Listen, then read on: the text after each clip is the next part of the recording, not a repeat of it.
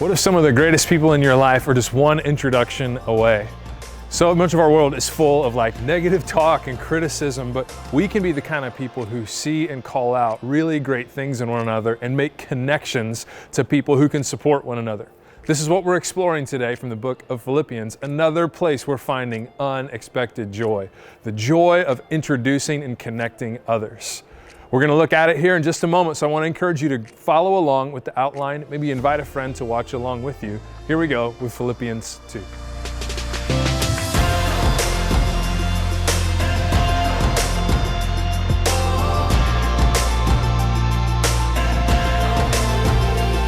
Today we are jumping into our series called Unexpected Joy. I don't know anyone who has too much joy in their life. Anybody looking to dial down the joy in their life? Life's just too good, you need less right now.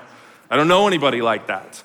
All of us kind of long for this. We not only want to enjoy one another, but we want to have a deep sense of enjoyment and a gladness to be together with others. We all long for this. We want it at the holidays. I hope you had some at Thanksgiving. Did you have a good holiday? Can you just nod your head if you had a good holiday? If you didn't, you can do this. I rode in an airport in St. Louis on a shuttle back from the rental place with this lady who had worked 14 straight hours, had zero family, nobody brought her any food. She sat in this bus and drove for 14 hours. And just to get to sit and listen with her and be with her and hear stories with her was such a gift in that moment. We can be honest. I'm just sad with her. Man, I hate that for you. That's not awesome. But a lot of us did have some sweet moments, right? Holidays, we hope for the best. This was not the holiday she planned for, maybe you either. But some of us had some sweet moments. My family got to travel back to Illinois. We spent a week with each. Illinois was not the sweet part. That's just where it happened. 3 days with my family, 3 days with hers. The leaves were still falling. It was awesome. We were still full. I don't need to eat for a week. It was great. Those are the expected places to find joy, right? And as we head into the holidays, we have more of those. We have traditions. Like this week, we did our tradition of chopping up Halloween candy and put it in pancakes. That's what we do every November. We had our Halloween candy pancakes just yesterday. And we got more traditions coming as Christmas comes along. But these are not the only places to find joy in life. What we've been doing is we've been looking at a book in the Bible called Philippians, a letter written from a guy named Paul to a group of people following Jesus. And everywhere you look in this, I hope you've been reading it with us, and if you haven't yet, I hope you will. Everywhere you look in the book of Philippians, you're gonna find joy over and over and over. You'll find it sometimes called happiness. You'll find it called joy. You'll see the word rejoice or celebrate. Everywhere in here, Paul is just holding up this value of joy. Now, if you haven't been reading, I want to encourage you to do that. In fact, I want you to find your way to Philippians right now if you would. You can scan this QR code, and that's going to take you to 2 links. You can either download the Bible app quickly if you don't have it already. It's free. It's not ours. It's just out there, and it's awesome. Or you can click the second link, which is the notes that I'm going to follow along with. Everything you'll see on screen will show up right on your phone there. You can even add to the notes along the way if you have thoughts. Or you can grab your paper Bible. I prefer paper most of the time. Philippians chapter 1. It's in the New Testament. You can use table of contents if you need to. Here's what I want to encourage you to do. For the first few minutes, I just want to hold up this pattern of joy and show you not only where to find joy when you read Philippians this week. Tell somebody next to you Philippians so they don't forget. Gotta read it. 4 chapters, not gonna take you long. It is thick, it is awesome. Every time you read it, you'll find something different each day. It's like a well-packed suitcase. You're gonna take one thing out after another over and over. But I'm gonna give you some lenses to look through as you read this week. And here are the lenses. It's a map to finding joy. It goes like this. If you want to find joy, according to Paul, everywhere in Philippians, you're going to see this. Once I show it to you, you're going to see it everywhere you go. Stay with God, stay together. Stay with God, stay together. Stay with God, stay together. Stay with God, stay together. This is going to happen everywhere across Philippians. Paul had spent some time in Philippi, and he introduced them to Jesus. Several people were living their lives in Jesus' direction. And he writes them a letter that says over and over, stay with God, stay together. Stay with God, stay together. If you want to find joy, this is how you do it. Stay with God and stay together. Let me show you over and over. You'll have to kind of track with me quickly here at the beginning. We'll land in a bigger part together here in chapter 2 later. But Philippians chapter 1, verse 3, if you can find your way there right now, here's what it says. Every time I think of you, this is Paul's greeting to them. Every time I think of you, I give thanks to my God. Whenever I pray, I make my requests for all of you with joy. One of the ways to think about joy is the gladness to be together. Man, Paul had this joy, this gladness to hold these people he knew in God's presence. Anytime he would think of them, just wells up with gratitude. This last week, I got to travel back to Illinois, like I said, and I preached at a church that I haven't worked at for the last 11 years because I've been here. For the first time, I got to go back, and it was such a joy to see these kids I had as students in the student ministry were now married and had 5 and 6-year-old kids. I got to see parents, like their kids, and talking about the kids I had in ministry going everywhere. Such a joy, just the thought of them. I just kind of, oh man, this is so great. I would be on stage, and I would look out, and I would see people like, they look familiar, and they're like, oh man, this is so good. This is the kind of sense of like, oh man, it's just good to be together. This is what Paul talks about over and over. A gladness to be together, joy. He goes on, he says this in verse 18 and 19 of chapter 1. It says, the message about Christ is preached either way, so I rejoice, and I'll continue to rejoice. As you read through chapter 1 later this week, you're gonna see that his greatest joy was not only that people would stay together, but they would stay with God. And as long as the message of Christ, what we've been singing about today, that we have a place with him, that we can belong together and belong with him, this is a source of joy. You'll see it everywhere you go. Flip down to verse 25 in chapter 1. Paul, who was like wrestling with this tension, I may have forgotten to mention. Do you know where Paul wrote the book of Philippians from? He was in prison. Dude writing a letter from prison writes a letter full of joy. That should tell us something right out the gate. He was wrestling with this, the possibility of being in prison becoming the end of his life, or him remaining among people to help more people know Jesus. And he called that a win-win. This is the joy he had with God. That, listen, if I lose my life, I get to be with Jesus forever, and that's a win. And if I stay here, I get to help you and encourage you in your faith. That's a win. You're gonna see joy everywhere. Verse 25, he says this, knowing all of this, I'm convinced that I will remain alive so that I can continue to help all of you. Do you see it? Stay together. Experience the joy of your faith. You see it? Stay with God. Stay with God, stay together. Stay with God, stay together. Paul was in prison, like I said, and this might be the end of him. He's wrestling with whether it would be better to live or to die.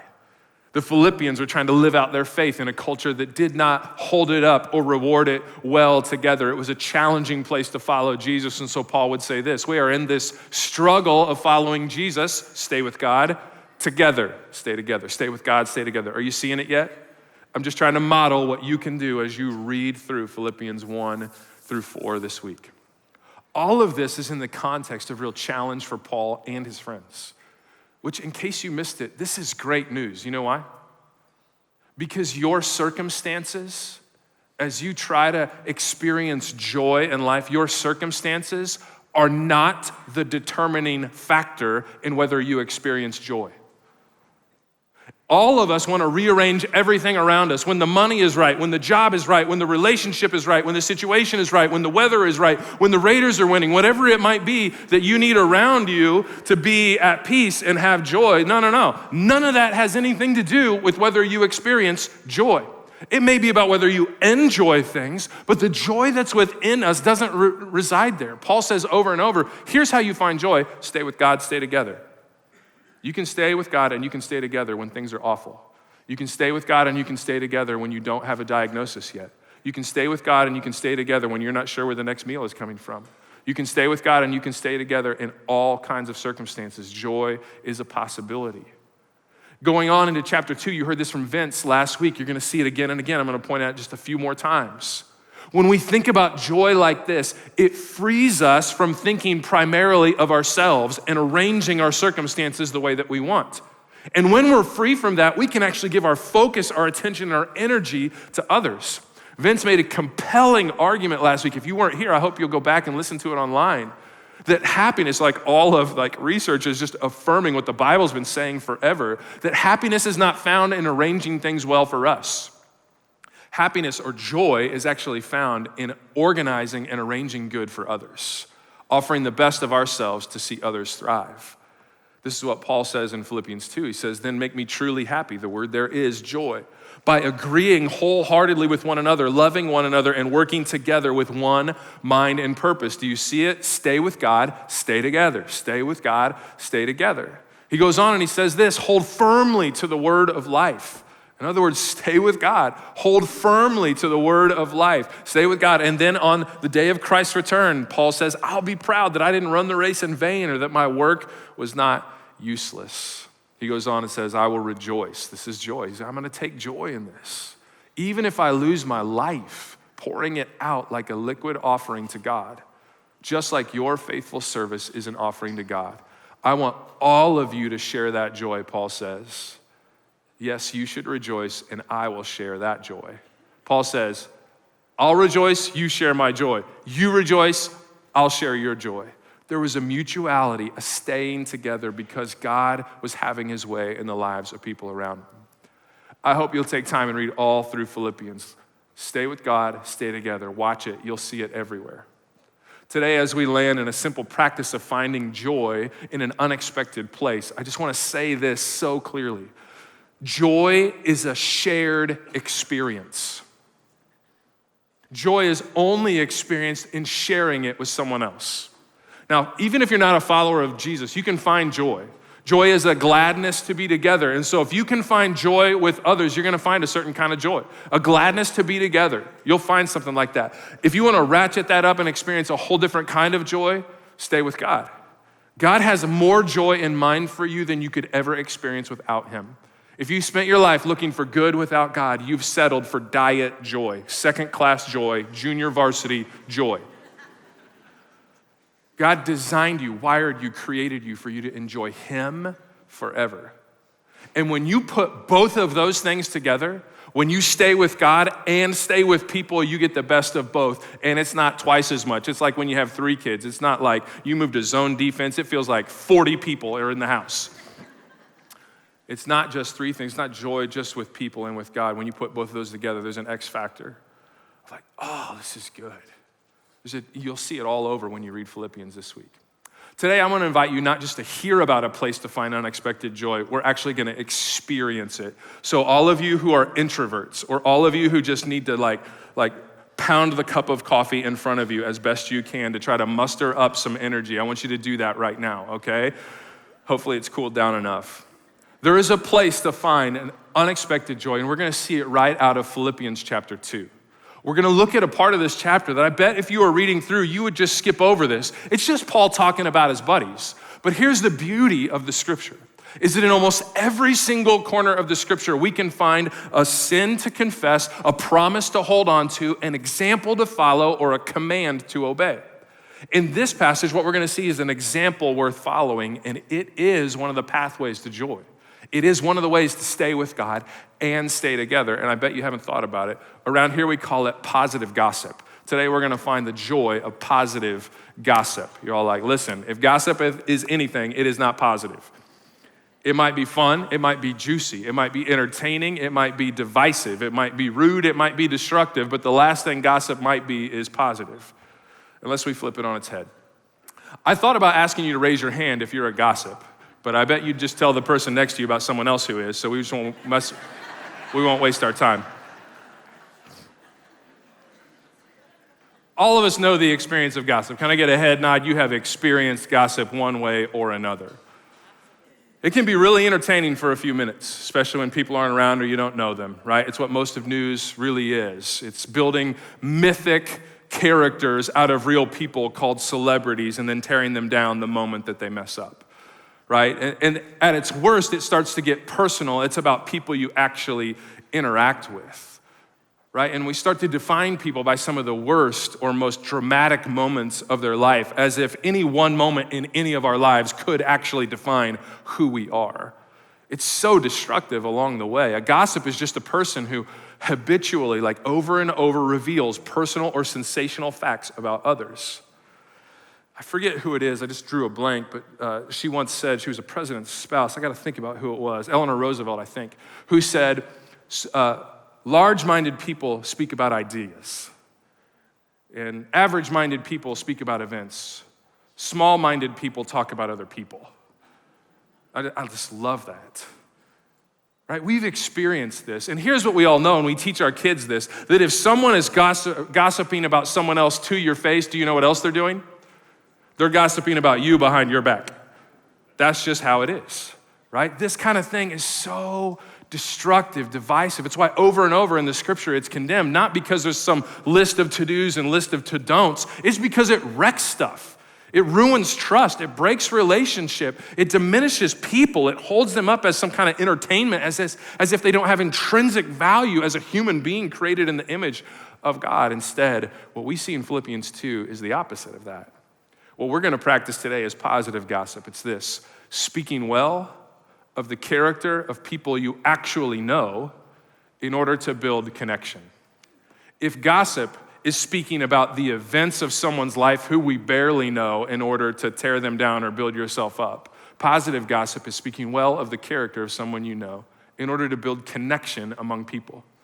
So we're actually going to practice this today, and I'm going to warn you one more time. In just a minute, I'm actually going to ask you to do the talking instead of me, okay? So brace yourself, work up whatever kind of energy you need here in just a minute, all right? Here's what I want you to do. I want you to think about a person that you know. You actually know them well.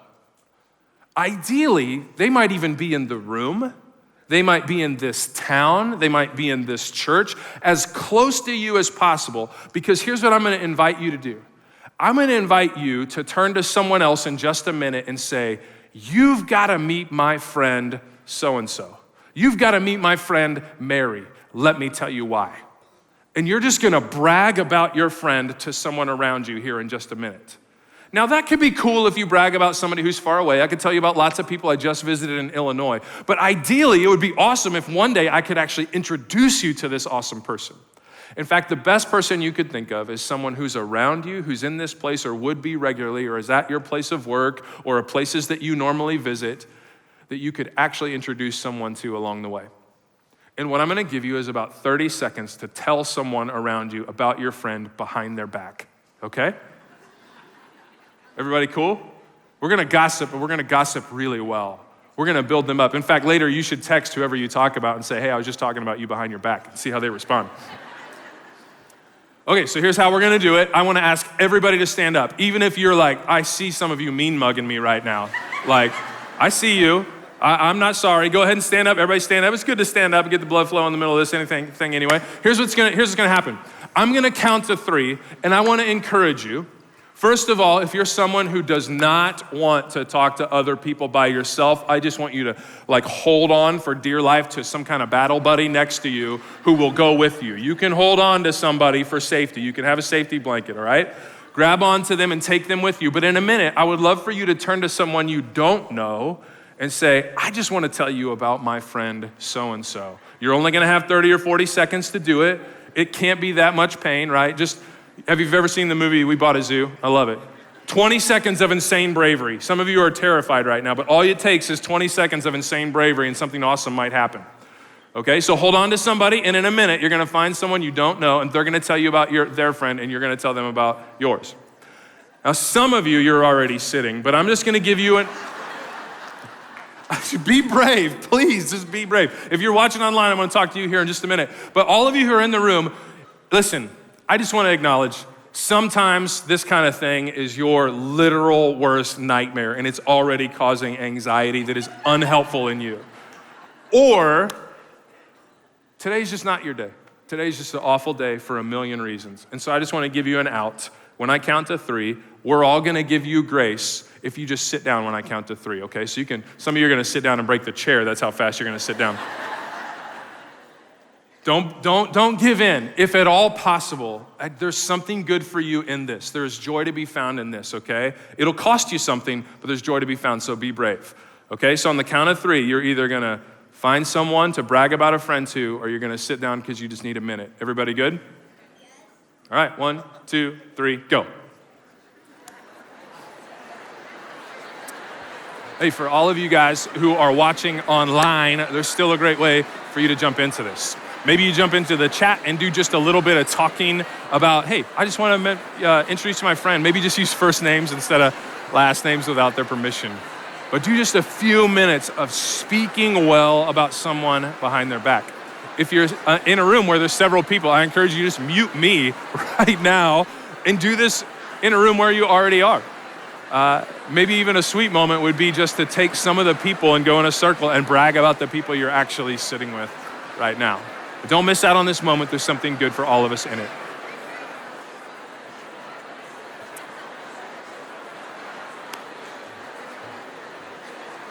All right. If you're still the first person talking, hand the microphone to someone else, okay?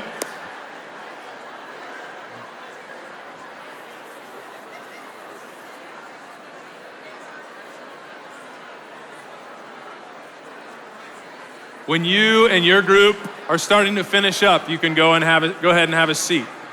Give everybody a chance to tell you about their friend. But when you're done, no rush, have a seat.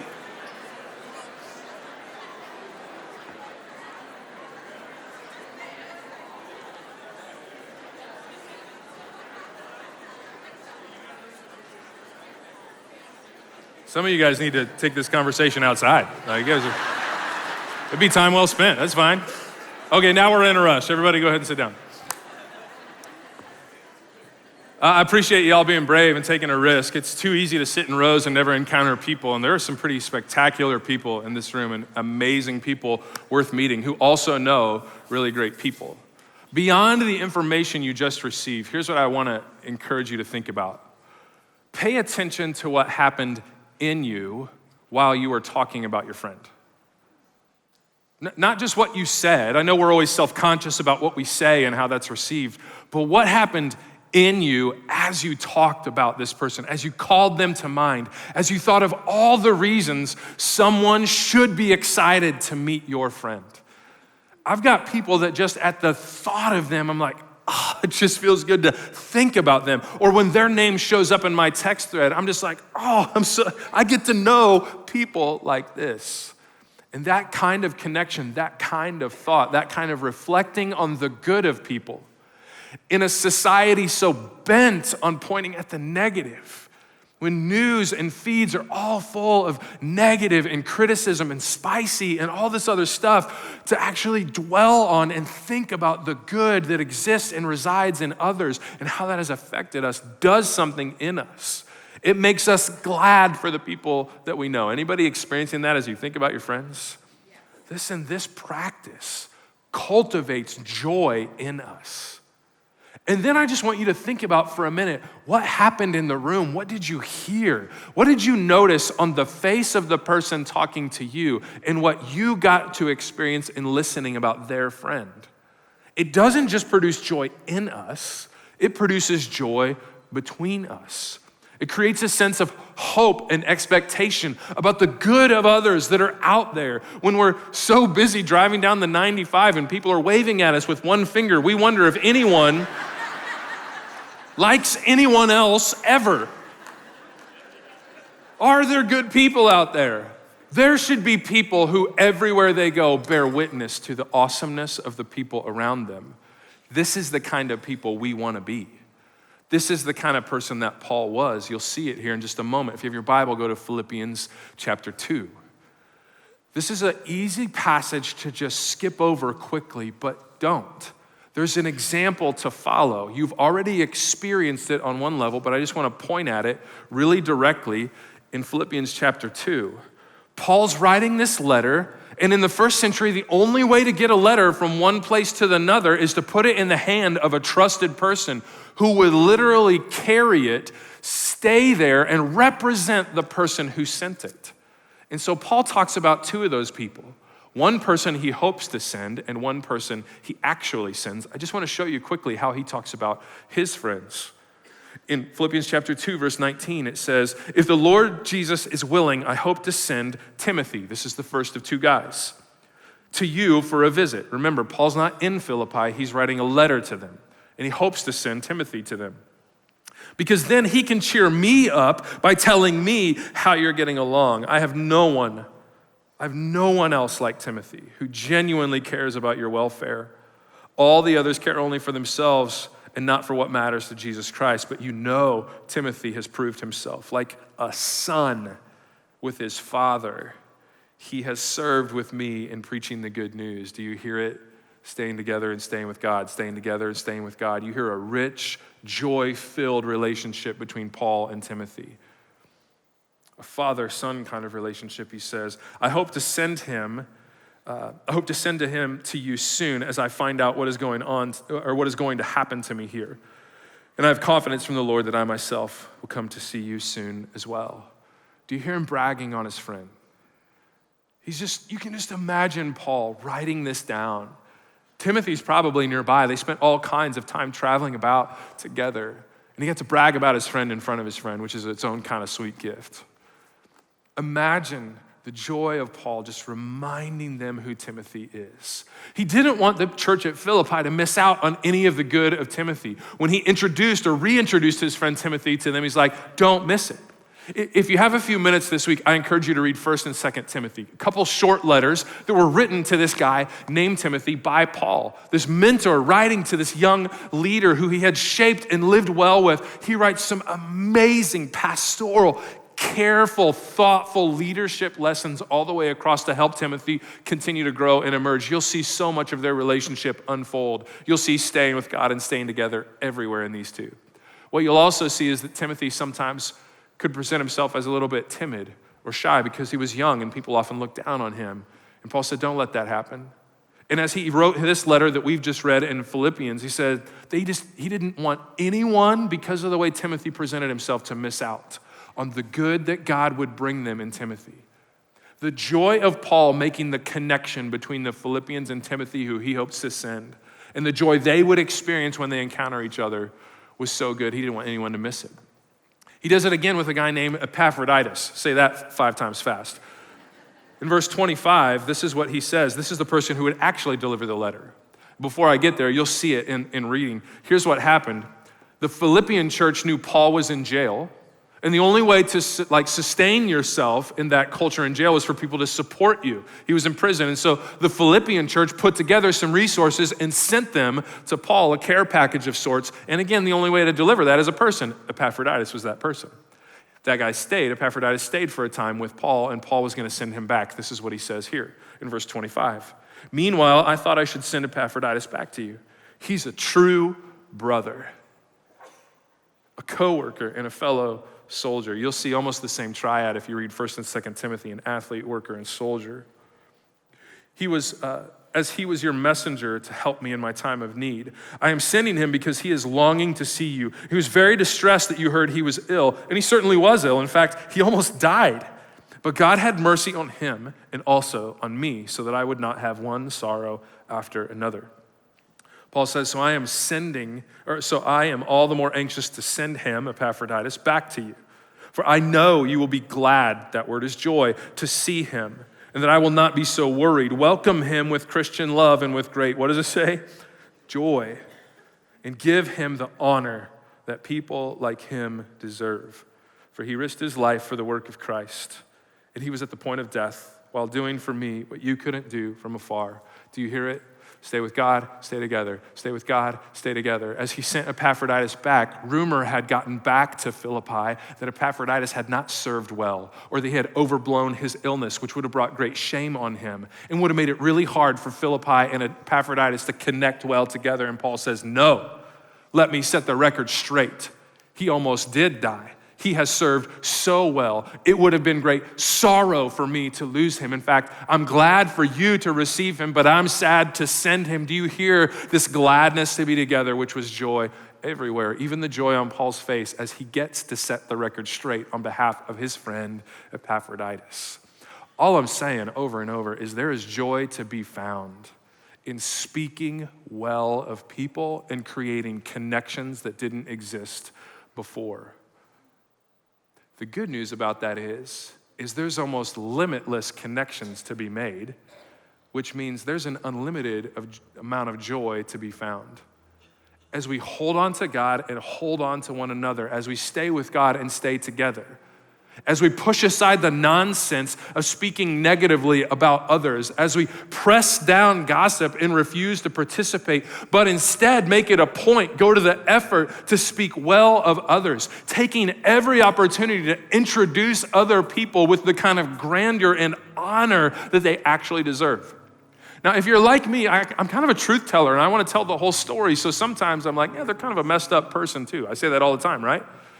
But here's the thing. If only not messed up people get introduced well, then nobody gets introduced well. Every single one of us has liabilities, downsides, weaknesses, and pieces of our past we'd rather not dwell on. Can I get a uh-huh? But listen, none of that negates the truth and the beauty that God spoke into every single one of us when we were created. None of it undoes the honor that is often due to people. Even people who have done dishonorable things, there are things worth honoring. I love this. Kevin Oder used to say this all the time. Not everything about anyone is honorable, but we can honor something. We'll honor what we can honor. Paul said something similar in Romans chapter 15, I think it is. He says, give honor where honor is due. And listen, we can be those people. How different might a community who had this kind of way of speaking about one another. Remember what I said earlier? If someone's gossiping to your face, where else are they gossiping? Behind your back. Imagine people encountering a people who spoke well of people so often, people started to suspect you were speaking well of them behind their back. How attractive, how inviting, what a welcoming, interconnected place. The kind of community fabric that is often lacking everywhere else, where people would have a place to land, find support, be thought the best of, believed the best of. Paul models this as an example of this in Philippians. It's not just kind of a fluffy suggestion or a good practice around the holidays. This is scripture embodied in our lives, that we would become those kind of people. And it might kind of knit the kind of place where people might find the beauty of who they are. When all the world has told them they're just the sum of their choices, they're just the sum of their possessions, they're just the sum of their accomplishments. None of that is true. And we get to speak the truth to people, that there is honor to be offered to them. There is beauty to be called out of you. These are the kind of people that we actually want to be. We want to be positive gossips because it brings joy for us. It brings joy between us. It brings joy around us, and it will call people alive in Jesus. It creates the kind of space for people to come alive in him. You will stand out like some kind of weirdo when everybody else is being critical, and you're just honoring everything you can honor about everyone you see. This is what we're invited to. And so I just want to encourage you. Don't just listen to what we've said. Don't just practice what we've practiced. Instead, put it into practice through the week. Fill in the blank in this sentence for the next few minutes. I will. This is what I'm going to do. What are you going to do with what you heard today? I love the way Vince said it last week. You don't have to do this, but you just need to know if you choose not to do this, you are choosing not to experience joy. And you are choosing not to follow Paul's example in the direction of Jesus. But if we were going to choose it, how would we fill in the blank? I will do what? To create better connections for people. To stay together and to stay with God. To stay together and to stay with God. Who will you see this week that you could introduce in a compelling, inspiring, uplifting, and encouraging way? Who could you go out of your way to take along with you to your workplace, to your coffee shop, or wherever else you might go, so that two awesome people you know might encounter one another and you would just have the chance to speak well of them in front of their face to someone else? Who, before you leave today, could you make an introduction and speak well of? Maybe there's a team that you serve on, or a group that you're a part of, a people that you gather with, that you could invite someone along to experience the good of the people that you are finding. It's not lost on me that some of you may have had a hard time thinking of someone right around you to introduce really, really well. And my hope is that the church here or wherever you find yourself would be the kind of place you could start to knit the community fabric that you need to find those kind of people. This is that kind of place. It's in enjoying God together that we can be and make disciples. It's in the kind of joy of experiencing and lifting one another up that we find the support we need to carry the same kind of message everywhere we go. And it's in this sort of tight-webbed community that we get to enjoy and lift up Jesus. All right, so this week, let's get really intentional about building connections and tightening that web of relationships. We can find great encouragement from others and great strength for others, and watch what happens as Jesus is known more and more. If we can support you any way along the way, we'd love to. Head over to canyonridge.org. You'll find everything you need to know, along with a way to get in touch with us. If this was helpful to you, I encourage you, share it with a friend, and don't forget to hit that subscribe button. We'll see you soon.